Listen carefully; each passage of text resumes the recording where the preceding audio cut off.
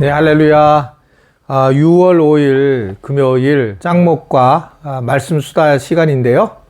내일은 6월 6일 쉬는 날이네요. 현충일 잘 보내시고 또 내일 그냥 혹시라도 2층에 오셔서 삼겹살 구워 드시는 분들은 저도 불러주셔서 함께 해주시면 감사하겠습니다. 오늘 우리에게 주시는 하나님의 말씀은 누가복음 19장 28절부터 40절의 말씀이에요. 자, 우리 하나님의 말씀을 다 같이 읽겠습니다. 시작. 예수께서 이 말씀을 하시고 예루살렘을 향하여 앞서서 가시더라.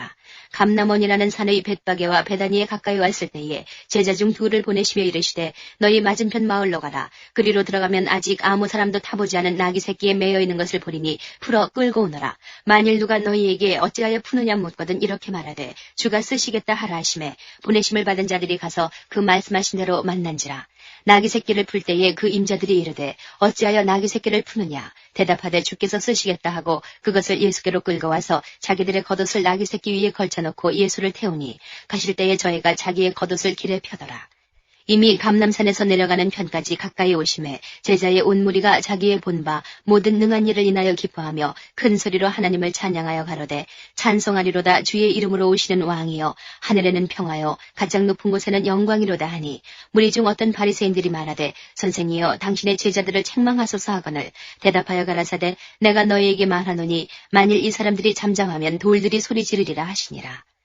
네, 오늘 말씀은 유명한 말씀이죠. 예수님은 이제 대체적으로 활동 무대가 갈릴리였는데 이제 갈릴리에서 공생애를 보내시고 나서 결국 그 예루살렘으로 이게 돌아오시는 그런 장면이 오늘 본문에 있는 그런 말씀입니다. 사실은 예수님의 본거지는 갈릴리라고 볼 수 있고요. 예루살렘은 바리새인 서기관 제사장들이 있는 걸 보면 이제 반대파들이 많이 모여 있는 그런 곳이었을 거라고 보여집니다. 어떻든 그런 예수님이 이제 예루살렘에 가게 되면서 오늘 보면 예상치 못한 나귀 이야기가 나옵니다. 물론 이 나귀의 이야기는 예수님이 어린 나귀 새끼를 타는 것은 스가랴 8장에 있는 말씀을 예수님께서 이것을 응하게 하시려고 예언에 응하게 하시려고 타시는 모습이라 이렇게 볼 수 있어요.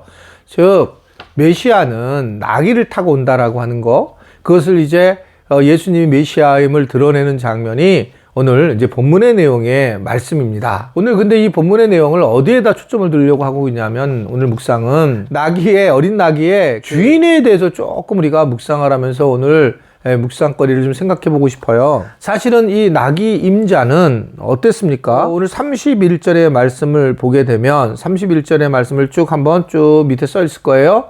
쭉 보시게 되면 뭐라고 하냐면 나귀를 풀어갈 수가 있는데 나귀 임자가 나타나면 어떻게 할까라고 했으니 주께서 쓰시겠다라고 그렇게 얘기해라 라고 말씀을 하고 있습니다. 즉 제자들이 가서 실제로 그 일을 하게 되고 그리고 결국 나귀가 메인 것을 보고 풀어서 가지고 오게 되다가 결국 나귀 임자를 만나게 됐을 거 아니에요. 그러면 항의하겠죠, 나귀 임자가. 그랬을 때 주님이 쓰시겠다 하겠다라고 그렇게 이야기를 하고 있는 걸 볼 수 있습니다. 여기서 우리가 알 수 있는 것은 이 나귀 임자에 대해서 예수님이 잘 알고 계신다라고 하는 것입니다. 예수님이 잘 알고 있는 사람, 주님이 그만큼 믿어주시는 사람, 바로 그것이 나귀 임자였다라는 걸 볼 수 있어요. 참 어떻게 보면 놀랍죠. 예수님이 그 예루살렘에 이 사람을 만나지도 않았을 것 같은데도 어찌됐든 그 이유는 잘 모르지만 결국 예수님이 알고 있는 사람인 거예요. 그 예수님이 그런 말씀을 하시죠. 우리가 이 땅에서 예수님을 잘 믿었다고, 하나님을 잘 믿었다고 그랬는데 나중에 하나님을 만나게 되면 하나님이 너를 잘 모른다라고 얘기할 수 있다는 거예요. 가장 무서운 건 그거잖아요. 우리가 죽었어요. 하나님 나라를 갔어요. 근데 제가요 수원에 살면서 예수님 잘 믿었어요. 근데 예수님이 나는 너를 모르겠다 라고 하게 되면 그것처럼 정말 난감한 일이 없는 거잖아요. 그런데 오늘 이 사람은 예수님이 알아주는 사람, 우리 모두가 예수님이 나를 알아주는 것, 이것이 가장 행복한 그런 신앙의 삶이라고 하는 것을 알고 오늘 우리가 교훈을 먼저 생각을 해야 된다. 또 하나는 반면에 그렇다면 이 사람은 예수님을 또 잘 알고 있는 사람이었다라고 볼 수가 있어요. 왜냐하면 나귀가 자기 거잖아요. 그런데 예수님이 내 것에 대해서 야, 주님이 쓰시겠다라고 그렇게 얘기해라. 그랬더니 줬다는 겁니다. 자, 이 순종을 할 수 있는 거, 자기의 어떤 나귀를 갖다가 줘서 순종할 수 있다는 게 쉬울까? 결코 그렇지 못한 겁니다. 결코 그렇지 못해요. 우리가요, 그렇게 우리가 가지고 있는 재산들을 함부로 결정하거나 누구에게 주는 거 쉽지 않습니다. 쉽지 않아요. 제가 이제 그런 말을 했는데, 저 이것도 뭐 내가 상처를 받아가지고 요새는 말도 못 하겠습니다. 아파트에 대한 뭐, 헌물을 한 것에 대해서 하여튼간 뭐 이러저러 지난번에 얘기를 해서 제가 사실 그런 고백을 못 하겠는데, 어쨌든 제가 이제 개척을 하면서 아파트를 한 채를 헌금을 하게 됐잖아요. 이제 헌금을 하게 되고, 그리고 교회에다가 처음으로 교회 안에 이제 사택을 생기고, 그때 지금도 교회 안에 사택이 있을 정도로 그렇게 이제 늘 교회에서만 사실은 살게 되었습니다. 저랑 똑같이 개척을 하신 목사님들이 계세요. 20년 전에. 유감스럽게 뭐 제 생각에는 뭐 한 20개 정도 교회가 있었으면 두세 개도 안 남았어요. 그런데 나중에 이렇게 보게 되는데 정말 교회가 살아남은 교회들의 특징들이 있어요. 그게 뭐였냐면 자기 것들을 내놓은 사람들. 그러니까 자기 것들을 내놓지 않고 그냥 교회를 하고 계시는 분들은 상당히 사실은 교회가 성장하지 않는 걸 제가 보면서 깜짝 놀랐어요. 내 것을 던지고 내 것을 내놓는 분들이 결국은 교회를 성장시키는 모습을 보는 거죠. 마치 지금 어떤 걸까?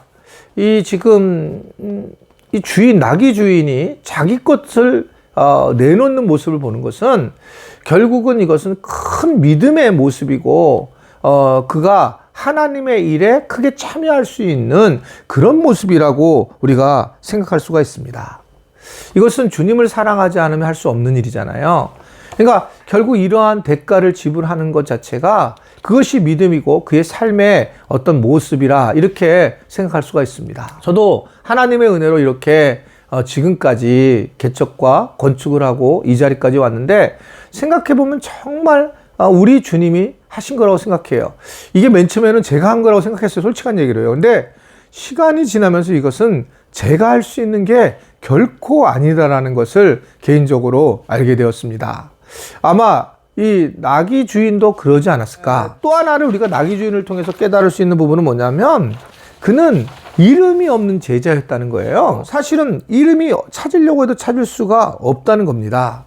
어느 정도 이름이 알려지는 거가 인간이 가지고 싶은 어떤 생각들인데, 그는 사실 우리가 할 수 있는 것은 33절을 쭉 읽어보시면 이 33절에 기록된 것들을 보게 되면 그냥 결국 그게 임자들이라고 하는 복수를 사용하고 있다는 걸 보게 될 때에 그저 사람들 싸게 그 동네 사람들 속에 숨어 있는 그런 모습을 보이고 있는 것을 이야기하고 있습니다. 예수님이 메시아로 세울려지려고 하는 그 나귀를 결국 누군가가 헌물을 했는데 이름이 없는 거예요.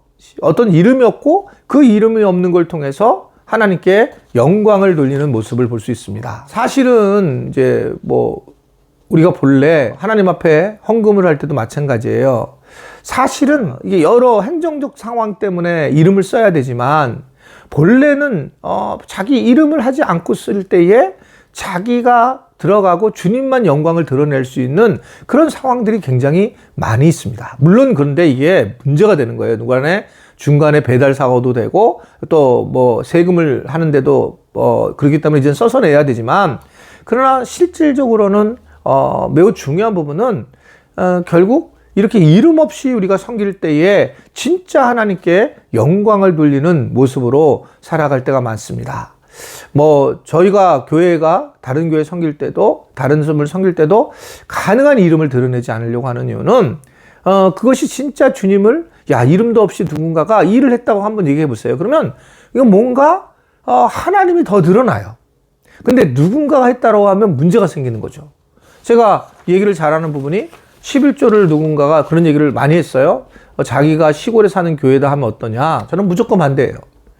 왜 그러냐면 시골에 사는 그곳에 무명으로 하는 것도 아니고 11조는 하나님의 것이고 자기가 다니는 교회다 하는 건데, 자기 다니는 교회가 오히려 내가 있는 그곳이 너무 어려우니 좀 도와주십시오 라고 해서 자기 이름이 빠지고, 그리고 우리 교회가 교회 이름으로 도와주는 건 이해가 되지만, 자기가 도와주면 그쪽에 있는 목사님과 그쪽의 교인들은 결국 그 도와준 사람에 대해서 고마움이 싹트게 되고, 결국 그 시골에 갔을 때 그 부모님에 대한 어떤 자랑스러움, 이런 것들이 11조를 가지고 하나님의 것을 가지고 하는 것은 저는 바르지 못하다고 지금도 생각하고 있어요. 하고 싶으면 10의 1조를 또 다시 해야 되는 것이지, 그거를 내가 마음대로 하지 않는 것은 바로 우리가 이름이 드러나지 않아야지만 하나님의 영광이 나타나기 때문에 그렇습니다. 오늘 나귀 주인은 결국 자기 이름을 드러내지 않고 예수님의 참 제자로서 쓰게 됐고, 그래서 결국 예수님은 메시아로 바르게 쓰게 됐다는 사실을 오늘 보게 됩니다. 아무쪼록 우리 모든 지체들도 이름 없이 빛 없이 예수님의 영광을 드러내는 이 나귀 주인과 같은 그런 은혜가 우리 삶에 가득하기를 간절히 바랍니다. 오늘 하루도 파이팅 하세요. 하나님 아버지, 오늘 말씀을 통해서 우리가 나귀 주인처럼 참 조심스럽게 주님을 위해 일할 수 있는 자들이 되게 하시고, 주님을 영화롭게 하는 일, 또한 하나님의 나라를 전하는 데 있어서 우리가 조금 손해를 보면서 살아갈 수 있는 그런 은혜들을 누리도록 저희들을 붙잡아 주시고 인도하여 주옵소서. 오늘 하루도 주님만 바라보고 살기를 바라며 예수님의 이름으로 기도드리옵나이다. 아멘.